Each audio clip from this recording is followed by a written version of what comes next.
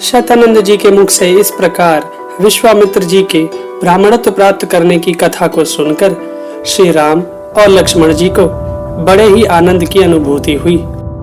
परंतु तभी सूर्यदेव ढलने लगे थे। इस कारण श्री राम और लक्ष्मण दोनों विश्वामित्र जी के साथ अपने विश्राम स्थल पर लौट आए। दूसरे दिन राजा जनक ने पुनः विश्वामित्र जी को श्री राम और लक्ष्मण सहित अपने महल में बुलाया और उनसे कहा कि मैं आपकी आज्ञा का पालक हूँ, मैं आपकी क्या सेवा करूं?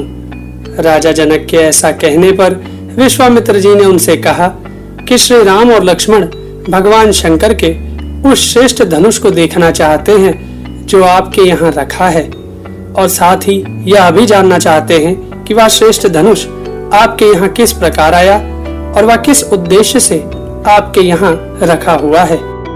तब राजा जनक ने श्री राम और लक्ष्मण सहित विश्वामित्र जी को यह बताया कि पूर्व काल में जब भगवान शंकर ने प्रजापति दक्ष के यज्ञ का विध्वंस किया था, तब भगवान शंकर ने यह धनुष अपने हाथ में उठाकर सभी देवताओं से क्रोध पूर्वक यह कहा था कि मैं यज्ञ में भाग प्राप्त करना चाहता था, परंतु तुम लोगों ने नहीं दिया, इसलिए आज मैं इस धनुष से तुम सभी के मस्तक काट देता हूँ। भगवान शंकर के इस क्रोध को देख सभी देवता उदास होकर भगवान शंकर की स्तुति करने लगे थे।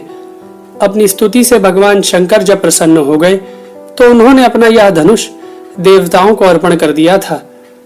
उसके बाद देवताओं ने मेरे पूर्वज राजा निमि के ज्येष्ठ पुत्र देवरात के पास यह धनुष धरोहर के रूप में रख दिया था। तब से जनक वंशी नरेश उस धनुष का पूजन करते आए हैं। साथ ही राजा जनक ने उन्हें यह भी बताया कि कुछ वर्ष पूर्व वह यज्ञ के लिए खेत में हल चला रहे थे। तब हल के अग्रभाग से जोती हुई भूमि से एक कन्या उत्पन्न हुई थी, जिसका नाम उन्होंने सीता रखा है। और राजा जनक की यह इच्छा है कि जो वीर भगवान शंकर के उस धनुष पर प्रत्यंचा चढ़ा देगा, उसी वीर के साथ वह अपनी अयोनिजा कन्या सीता का विवाह करेंगे। राजा जनक ने श्री राम और लक्ष्मण सहित विश्वामित्र जी को यह भी बताया कि कई पराक्रमी राजा मेरी इस शर्त को पूरा करने के लिए आए, परंतु वे सभी भगवान शंकर के उस धनुष को उठाने में भी समर्थ न हो सके। यदि दशरथ कुमार श्री राम इस धनुष की प्रत्यंचा चढ़ा दे तो मैं अपनी कन्या सीता का विवाह इनके साथ कर दूंगा। राजा जनक की बात सुनकर विश्वामित्र जी ने बड़ी विनम्रता से उनसे कहा, राजन, आप श्री राम को अपना वह धनुष दिखाइए। तब राजा जनक ने अपने मंत्रियों को आज्ञा दी कि वह दिव्य धनुष यहाँ ले आए। भगवान शंकर का वह विशाल धनुष एक 8 पहियों वाली गाड़ी पर रखकर वहां लाया गया। उस गाड़ी को कई सैनिक मिलकर ढकेलते हुए वहां लाए थे। सभी के साथ श्री राम ने भी जब उस दिव्य धनुष को देखा तो विश्वामित्र जी और राजा जनक से अनुमति लेते हुए कहा कि क्या मैं इस धनुष को हाथ में उठाकर इसकी प्रत्यंचा चढ़ा सकता हूँ? श्री राम का यह वचन सुनकर विश्वामित्र जी और राजा जनक एक साथ बोले, हाँ, ऐसा ही करो। राजा जनक और विश्वामित्र मुनि की आज्ञा पाते ही श्री राम ने उस दिव्य धनुष को खिलौने की भांति अपने हाथ में उठा लिया और देखते ही देखते उस पर प्रत्यंचा चढ़ा दी। यह देख वहां सभी अचरज में पड़ गए थे। परंतु तभी श्री राम ने धनुष की प्रत्यंचा को अपने कान तक खींचा तो वह धनुष बीच से टूट गया। धनुष के टूटने से वज्रपात के समान आवाज हुई। ऐसा जान पड़ा जैसे मानो पर्वत फट पड़ा हो। विश्वामित्र, राजा जनक और लक्ष्मण सहित श्री राम को छोड़कर अन्य सभी उस आवाज से मूर्छित होकर गिर पड़े। उन सभी को बड़ी देर के बाद जाकर चेतना आई थी। श्री राम के इस पराक्रम से राजा जनक बड़े प्रसन्न हुए थे, क्योंकि उनकी प्रतिज्ञा श्री राम ने पूरी कर दी थी। इसलिए उन्होंने विश्वामित्र जी की आज्ञा लेकर अपने मंत्रियों को अयोध्या भेज दिया था, जिससे वह राजा दशरथ को वहां लिवा लाए, जिससे राजा जनक उनके समक्ष ही अपनी पुत्री सीता श्री राम को समर्पित कर सके। राजा जनक के मंत्री 4 दिन की यात्रा करके अयोध्या पहुंचे तो अयोध्या में उनका बहुत स्वागत किया गया था। राजा जनक के मंत्रियों ने राजा दशरथ के दरबार में आकर उन्हें यह संदेश दिया कि विश्वामित्र जी के साथ जनकपुरी आए उनके पुत्र श्री राम ने भगवान शंकर का धनुष तोड़कर राजा जनक की प्रतिज्ञा को पूर्ण किया है। अतः अपनी प्रतिज्ञा के अनुसार राजा जनक अपनी पुत्री सीता का विवाह श्री राम के साथ करना चाहते हैं। इस शुभ कार्य के लिए आपकी आज्ञा के साथ साथ उपस्थिति अनिवार्य है। जनक के मंत्रियों की बात सुनकर राजा दशरथ बड़े प्रसन्न हो गए और उन्होंने महर्षि वशिष्ठ से आज्ञा लेकर कल सवेरे ही बारात लेकर जनकपुरी जाने की तैयारियां करने लगे। प्रातः काल में वशिष्ठ, वामदेव, कश्यप तथा मार्कंडे आदि महर्षियों के साथ राजा दशरथ अपने मंत्रियों तथा भरत और शत्रुघ्न के साथ जनकपुरी की ओर चल पड़े। उनके पीछे पीछे उनकी चतुरंगिनी सेना उनकी इस यात्रा की शोभा बढ़ा रही थी।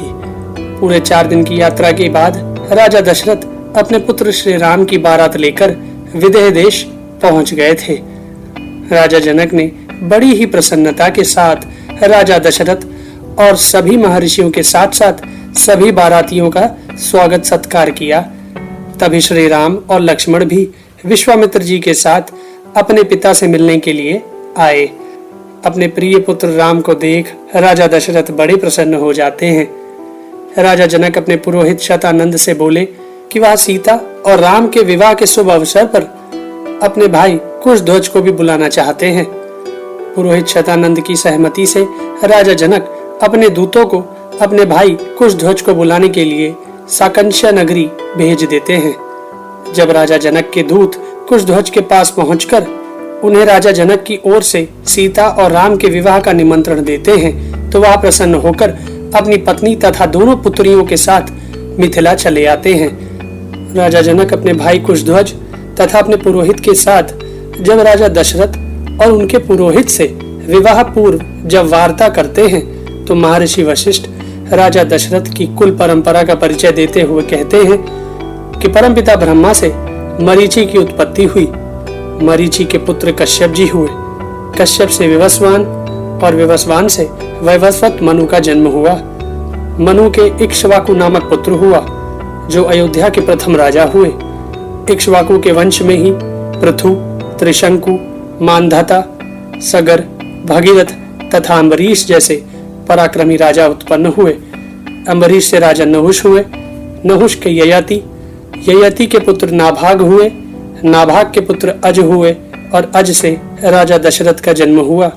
और श्री राम और लक्ष्मण राजा दशरथ के पुत्र हैं। मैं श्री राम और लक्ष्मण के लिए आपकी दोनों कन्याओं सीता और उर्मिला का वर्णन करता हूँ। महर्षि वशिष्ठ के बाद राजा जनक ने अपने कुल का परिचय देते हुए कहा कि प्राचीन काल में निमि नामक एक राजा हुए जिनके पुत्र राजा मिथि हुए थे। मिथि के पुत्र का नाम जनक हुआ। इन्हीं जनक के नाम पर हमारे वंश का प्रत्येक राजा जनक कहलाता है। जब राजा जनक अपनी कुल परंपरा का परिचय दे चुके तो विश्वामित्र जी ने राजा दशरथ और राजा जनक दोनों से कहा कि राजा जनक के छोटे भाई कुशध्वज की 2 कन्याएं हैं, मांडवी और श्रुतकीर्ति। उन दोनों कन्याओं का मैं कुमार भरत और शत्रुघ्न के लिए वर्णन करता हूँ। महर्षि विश्वामित्र का यह वचन सभी को बड़ा सुखदायी लगा। इस कारण राजा दशरथ के चारों पुत्रों का विवाह एक ही साथ संपन्न हो गया। चारों भाइयों के विवाह से देवताओं ने फूलों की वर्षा की, गंधर्वों ने मधुर गीत गाए और अप्सराएं नृत्य करने लगी थीं। श्री राम और उनके भाइयों के विवाह के बाद महर्षि विश्वामित्र राजा दशरथ और राजा जनक से आज्ञा लेकर हिमालय पर कौशिकी नदी के तट पर अपने आश्रम में चले गए थे। विश्वामित्र जी के चले जाने के बाद राजा दशरथ भी राजा जनक से विदा लेकर अपने पुत्रों और पुत्र वधुओं के साथ अयोध्या की ओर चल पड़े थे। अपने पुत्रों और सेना के साथ अयोध्या की ओर जाते हुए राजा दशरथ को भयंकर बोली वाले पंक्षी चहचहाते हुए दिखे तो इस अपशकुन को देख उनके मन में शंका उत्पन्न हो गई। परंतु तभी कई मृग राजा दशरथ को अपने दाहिनी ओर करके निकल गए तो वह इस शकुन को देख महर्षि वशिष्ठ के पास गए और उनसे पूछा कि मुनिवर, यह शकुन और अपशकुन दोनों एक साथ कैसे हो रहे हैं? तब वशिष्ठ जी ने उन्हें बताया कि ये जो पक्षी चहचहा रहे हैं, इस अपशकुन का फल यह है कि इस समय कोई घोर भय उत्पन्न होने वाला है, परंतु हमें दाहिने रखकर जाने वाले इन मृगों के शकुन का फल यह है कि वह भय शांत हो जाएगा। राजा दशरथ और महर्षि वशिष्ठ के बीच वार्ता हो ही रही थी कि तभी बड़े जोरों की आंधी आ जाती है, जो पृथ्वी को कंपाती हुई तथा वृक्षों को धराशाही करती हुई चारों दिशाओं को धूल से ढकती हुई अंधकार उत्पन्न कर देती है, जिससे वशिष्ठ जी, राजा दशरथ, श्री राम और उनके भाइयों को छोड़कर उनकी सारी सेना अचेत हो जाती है। पूरी सेना को इस प्रकार मूर्छित देख राजा दशरथ बड़े ही चिंतित हो गए थे कि तभी उस गहन अंधकार के भीतर से उन्हें जमदाग्नि कुमार भगवान परशुराम अपनी तरफ आते हुए दिखाई पड़े। भगवान परशुराम क्रोध में बड़े ही भयानक प्रतीत हो रहे थे, जिन्हें देखकर राजा दशरथ भयभीत हो गए थे। भगवान परशुराम को क्रोध में देखकर वशिष्ठ जी आदि सभी ब्राह्मण आगे बढ़कर भगवान परशुराम का पूजन करते हुए उनकी स्तुति करने लगे थे, तथा साथ ही राजा दशरथ और उनके चारों पुत्रों ने भी जब भगवान परशुराम को प्रणाम किया तो भगवान परशुराम अपने क्रोध को थोड़ा हल्का करके भगवान श्री राम से कहा कि तुम्हारे द्वारा शिव धनुष के तोड़े जाने का समाचार मुझे मिल चुका है, इसलिए मैं तुम्हारे बल और पराक्रम की परीक्षा लेने के लिए यहाँ आया हूँ। तुम मेरे इस धनुष पर बाण चढ़ाकर सर्वप्रथम अपना बल दिखाओ, उसके उपरांत मुझसे द्वंद्व युद्ध करके तुम्हें अपना पराक्रम दिखाना होगा। भगवान परशुराम जी के यह वचन सुनकर राजा दशरथ और भी घबरा जाते हैं और भगवान परशुराम से विनती करते हुए कहते हैं कि भगवान, आप तो महान तपस्वी और ब्रह्मज्ञानी हैं। इस पृथ्वी पर कई बार क्षत्रियों का विनाश करके अब आप शांत हो चुके हैं, इसलिए आप मेरे पुत्रों को अभय दान देने की कृपा करें। और वैसे भी आप देवराज इंद्र के सामने प्रतिज्ञा करके शस्त्र का परित्याग कर चुके हैं। अभी तो आप अपनी समस्त पृथ्वी को महर्षि कश्यप जी को दान करके महेंद्र पर्वत पर वन में आश्रम बनाकर रहते हैं। इतना सब त्याग करने के बाद भी आप मेरा सर्वनाश करने के लिए कैसे आ गए? पुत्र मोह के कारण राजा दशरथ इसी प्रकार भगवान परशुराम से विनती करते हुए अचेत से हो गए थे, परंतु राजा दशरथ की इस विनती पर भगवान परशुराम ने ध्यान दिए बिना भगवान श्री राम से कहा कि इस संसार में ये दो धनुष सबसे श्रेष्ठ और दिव्य थे, जिन्हें साक्षात भगवान विश्वकर्मा ने अपने हाथों से बनाया था। ये दोनों धनुष बड़े प्रबल और दृढ़ थे। इनमें से एक धनुष तो देवताओं ने त्रिपुरासुर से युद्ध करने के लिए भगवान शिव को दे दिया था, जिससे त्रिपुरासुर का वध हुआ था। वह वही भगवान शिव का धनुष था जिसे तुमने तोड़ डाला है।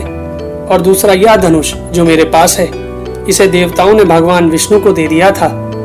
यह धनुष भी उसी शिव धनुष के समान ही प्रबल है। फिर भगवान परशुराम पूर्व काल की एक कथा बताते हुए भगवान श्री राम से कहते हैं कि पूर्व काल में एक बार देवताओं ने पितामह ब्रह्मा जी के पास आकर उनसे पूछा था कि भगवान शिव और भगवान विष्णु में कौन अधिक बलशाली है। तब परम पिता ने देवताओं की इस जिज्ञासा को पूर्ण करने के लिए भगवान शिव और भगवान विष्णु के बीच विरोध उत्पन्न कर दिया था। विरोध उत्पन्न होने पर भगवान शिव तथा भगवान विष्णु के बीच बड़ा ही घनघोर युद्ध हुआ था। तब उस युद्ध से भयभीत होकर सभी देवताओं तथा ऋषियों ने दोनों देवताओं से शांति के लिए याचना की थी, तो उनकी याचना सुनकर दोनों देवताओं ने युद्ध को विराम दे दिया था।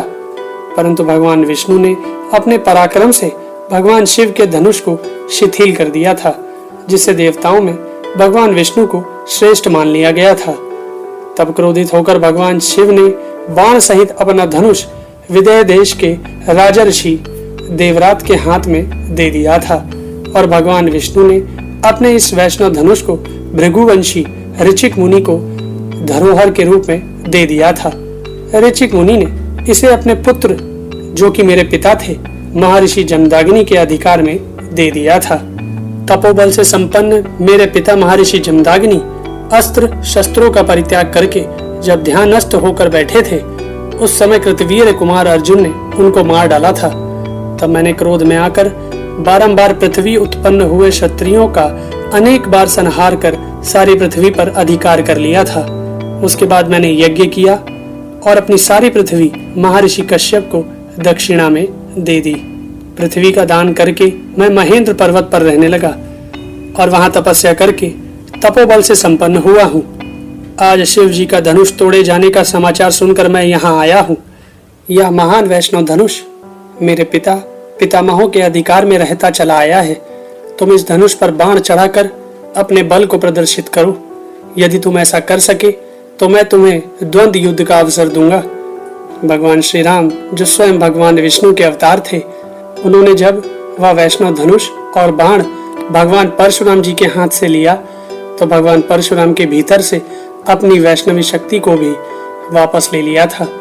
भगवान विष्णु अपने इस राम अवतार में एक बार पुनः अपने उस वैष्णव धनुष को धारण करने वाले थे।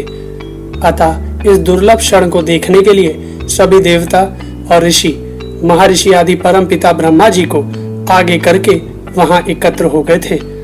गंधर्व, अप्सराएं, सिद्ध, चारण, किन्नर, यक्ष, राक्षस और नाग भी उस अत्यंत अद्भुत दृश्य को देखने के लिए वहां आ पहुंचे थे। भगवान श्री राम ने उस वैष्णव धनुष की प्रत्यंचा पर बाण चढ़ाते हुए भगवान परशुराम जी से कहा कि आप ब्राह्मण होने के नाते मेरे पूज्य हैं। साथ ही महर्षि विश्वामित्र जी के साथ भी आपका संबंध है। इस कारण मैं यह बाण आपके शरीर पर नहीं छोड़ सकता हूँ। मेरा विचार है कि जो आपको सर्वत्र शीघ्रता पूर्वक आने जाने की शक्ति प्राप्त हुई है, अथवा आपने अपने तपोबल से जिन पुण्य लोकों को प्राप्त किया है, उन्हें ही इस बाण से नष्ट कर डालूं। भगवान परशुराम जी का वैष्णव तेज निकलकर भगवान श्री राम में मिल चुका था। इस कारण परशुराम जी शक्तिहीन हो चुके थे और साथ ही यह भी समझ गए थे कि राजा दशरथ के घर पुत्र रूप में उत्पन्न हुए श्री राम साक्षात भगवान विष्णु ही हैं। अतः वह बड़े ही विनम्रता से भगवान श्री राम से बोले कि पूर्व काल में मैंने महर्षि कश्यप जी को जब यह पृथ्वी दान की थी, तब महर्षि कश्यप जी ने मुझसे यह कहा था कि तुम्हें अब मेरे राज्य यानी इस पृथ्वी पर नहीं रहना चाहिए। तभी से मैं अपने गुरु महर्षि कश्यप जी की इस आज्ञा का पालन करता हूँ, क्योंकि यह बात सर्वविदित है कि मैंने महर्षि कश्यप के सामने रात को इस पृथ्वी पर न रहने की प्रतिज्ञा की थी। इसलिए आप मेरी इस गमन शक्ति को नष्ट ना करें। मैं अभी मन के समान वेग से महेंद्र पर्वत पर चला जाऊंगा, परंतु मैंने अपनी तपस्या से जिन अनुपम लोकों पर विजय पाई है, उन्हीं को आप इस श्रेष्ठ बाण से नष्ट कर दें। भगवान परशुराम जी ने भगवान श्री राम से कहा कि जब आपने इस धनुष पर बाण चढ़ा दिया था, तभी मुझे विश्वास हो गया था कि आप स्वयं भगवान विष्णु हैं। युद्ध में आपका सामना करने वाला दूसरा कोई नहीं है और मेरे लिए भी यह बात लज्जाजनक नहीं हो सकती है, क्योंकि आप त्रिलोकीनाथ श्री हरि ने मुझे पराजित किया है। अतः आप अभी इस बाण को छोड़कर मेरे पुण्य लोकों को समाप्त कर दीजिए। भगवान परशुराम जी के कहने पर भगवान श्री राम ने उस बाण को छोड़ दिया था, जिससे वह बाण भगवान परशुराम के तपस्या से अर्जित किए हुए पुण्य लोकों को समाप्त करता हुआ चला गया था। सभी देवता और ऋषि महर्षि यह दृश्य देख बड़े प्रसन्न हो गए थे। बाण छोड़ने के बाद भगवान श्री राम ने भगवान परशुराम का पूजन किया।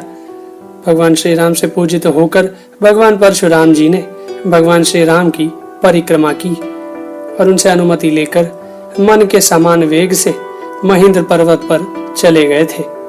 भगवान परशुराम के जाते ही चारों तरफ फैला अंधकार दूर हो गया था। तब ऋषि सहित सभी देवताओं, नागों, यक्षों आदि ने भगवान श्री राम की भूरी भूरी प्रशंसा की थी। तब भगवान श्री राम ने वरुण देव का आह्वान किया तो वरुण देव हाथ जोड़कर भगवान श्री राम के सामने उपस्थित हो गए थे। भगवान श्री राम ने वह वैष्णव धनुष उनके पास अपनी धरोहर के रूप में दे दिया था। वरुण देव के चले जाने के बाद सभी ऋषि, देवता, यक्ष, अप्सरा आदि भी अपने अपने लोकों को चले गए थे। तब भगवान श्री राम अपने चेतना प्राप्त कर चुके पिता राजा दशरथ के पास आकर कहा कि जमदाग्नि कुमार भगवान परशुराम चले गए हैं। भगवान श्री राम का यह वचन सुनकर राजा दशरथ ने प्रसन्न होकर अपने पुत्र श्री राम को अपने गले से लगा लिया था। उस समय उन्हें ऐसा प्रतीत हुआ था कि उनका और उनके पुत्र का पुनर्जन्म हुआ हो। तब तक राजा दशरथ की अचेत सेना को भी चेता आ गया था। अतः राजा दशरथ ने महर्षि वशिष्ठ जी को अपने पुत्रों के साथ अपनी चतुरंगिनी सेना को अयोध्या की तरफ कूच करने की आज्ञा दे दी थी। राजा दशरथ जब अपनी अयोध्या नगरी में पहुंचे तो अयोध्या वासियों ने राजा दशरथ और भगवान श्री राम का भव्य स्वागत किया। महल में पहुंचने पर महारानी कौशल्या, सुमित्रा और कैकेयी के साथ अन्य राजपत्नियों ने अपनी 4 बहुओं सीता, उर्मिला, मांडवी और श्रुतकीर्ति का स्वागत करने के लिए महल से बाहर चली आईं और अपनी 4 बहुओं को सर्वप्रथम देव मंदिरों में ले जाकर देवताओं का पूजन करवाया। फिर उन सभी बहुओं को उनके उनके महलों में पहुंचा दिया गया। भगवान श्री राम के 4 भाई विवाहित होने के बाद अपने पिता, गुरु तथा अपने राज्य की सेवा में लग गए थे। बहुएं अपने पतियों के साथ अपना पति धर्म निभाती हुई अपनी सासों की सेवा करने लगी थी।